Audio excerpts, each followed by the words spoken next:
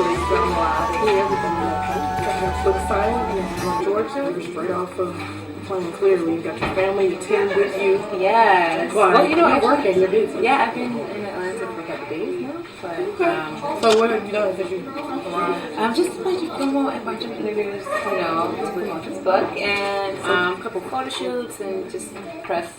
So tell me a little bit about this book, The Other Woman. Well,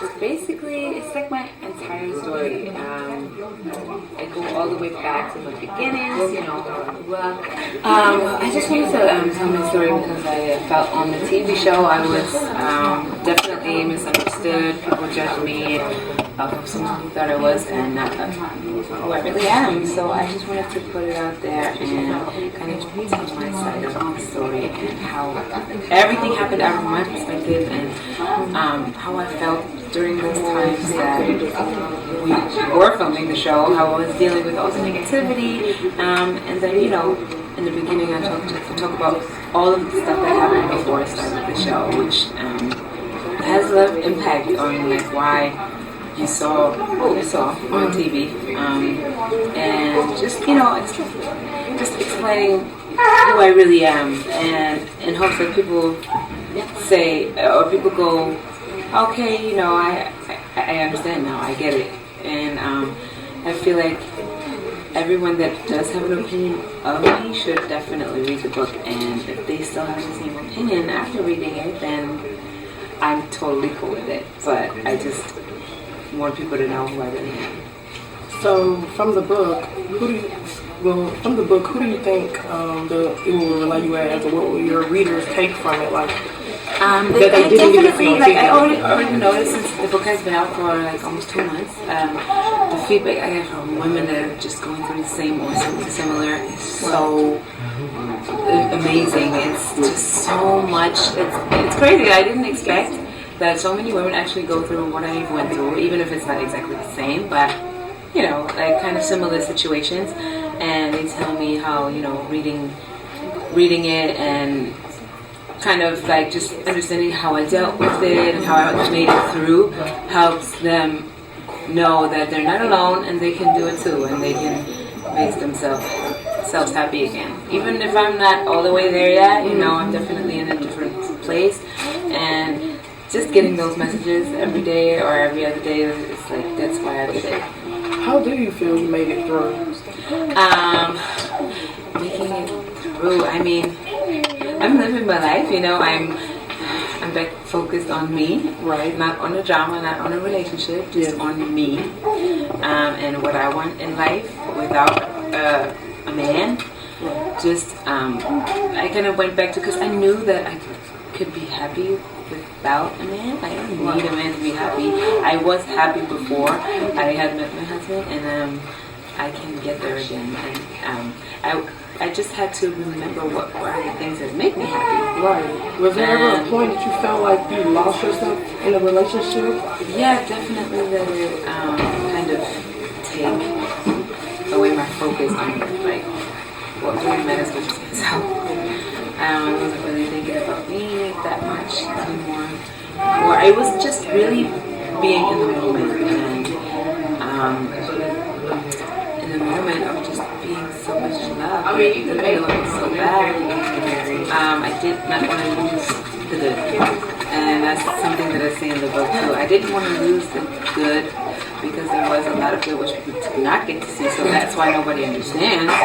But there was so much good. Yeah, there was so much good in this whole thing that I didn't want to trade that in for something maybe just as good but different. I just wanted that, With writing the book, do you feel like it was almost like a healing, where it helped you work through the issues better to be able to write them on paper? Yes, it was my therapy, absolutely, 100%. It definitely helped me with everything, like it just writing it and going back into those moments and those situations and really thinking about why they happened and why they happened the way they did.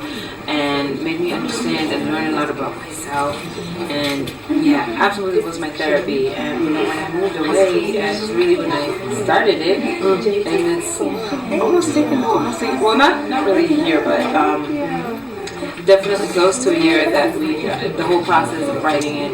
I did have a bunch of pages just written, thoughts from like years ago, but I never thought of making it in a book until I started actually writing again, and then it all came together. I used some of the old stuff I had written and some of the, and then I started kind of continuing. But yeah, I didn't plan on it, and it's just here it is.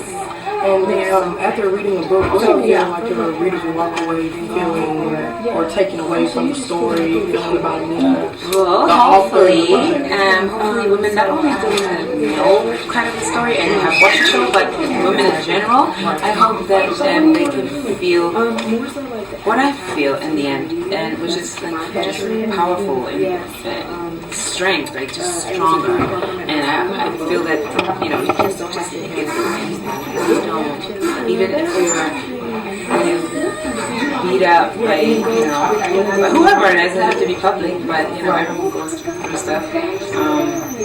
You can just heartbreak. Yeah, and for those that may not have a platform to kind of voice or even show publicly what they're going through with their relationships, any trials and tribulations they may have endured, they may be afraid to come forward or speak or even try to move past that. What kind of advice would you give those women to healing from those relationships and just finding the strength to leave them if they are negative or toxic relationships? Well, even if I would have not put it out, it would have helped. It would have still been therapeutic. So I tell everyone just really, it doesn't have to be writing, but for me it was just used to be always music. I would turn to music, and you have to kind of let it out somehow.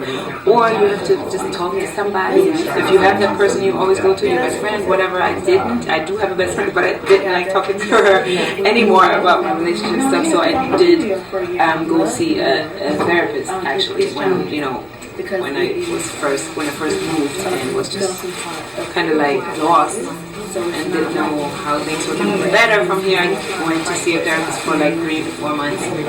That helped, and then just somehow you have to let it have an outlet, whether it's art, like you just have to find what it is that you're passionate about and leave it out in that way. And in the Black community, like a lot of times, like people say like therapy sometimes is like taboo, or Black people don't go and seek help with therapists or talking their feelings out. Yeah, I hear that all the time. They feel like they can't share or open up enough to feel like they want to let someone into their personal lives or into their head per se. What would you say, like with your experience, like how did that help you, or what kind of advice would you give people that are kind of judgmental towards speaking that type of thing? First of all, I didn't know that, but don't be scared. Like when you're publicly like me, like if you're just talking to one person, just like try it, and I feel like after you did make the first step and the first move to make a change, then you will see that it either works for you or it doesn't work for you. And then take it from there. But at least try something different. Try something different. Don't keep it all in. And Well, that was awesome. So tell everybody where they can find your book. My book is barnesandnoble.com, amazon.com, and we have some stores like this one. It's going to be in the front, which is amazing. Thanks to Barnes and Noble.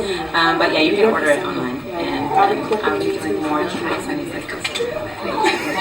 What city are you going to next? I think we're going to Dallas in March, but I don't have the exact date, but it'll be on my Instagram at Amina Pankey. Awesome. Well, this is Jelisa chatting with Amina Pankey, discussing her new book, The Other Woman, in Atlanta, Georgia. Stay tuned. With all the magic. Pull up in my partner in traffic. Gave it to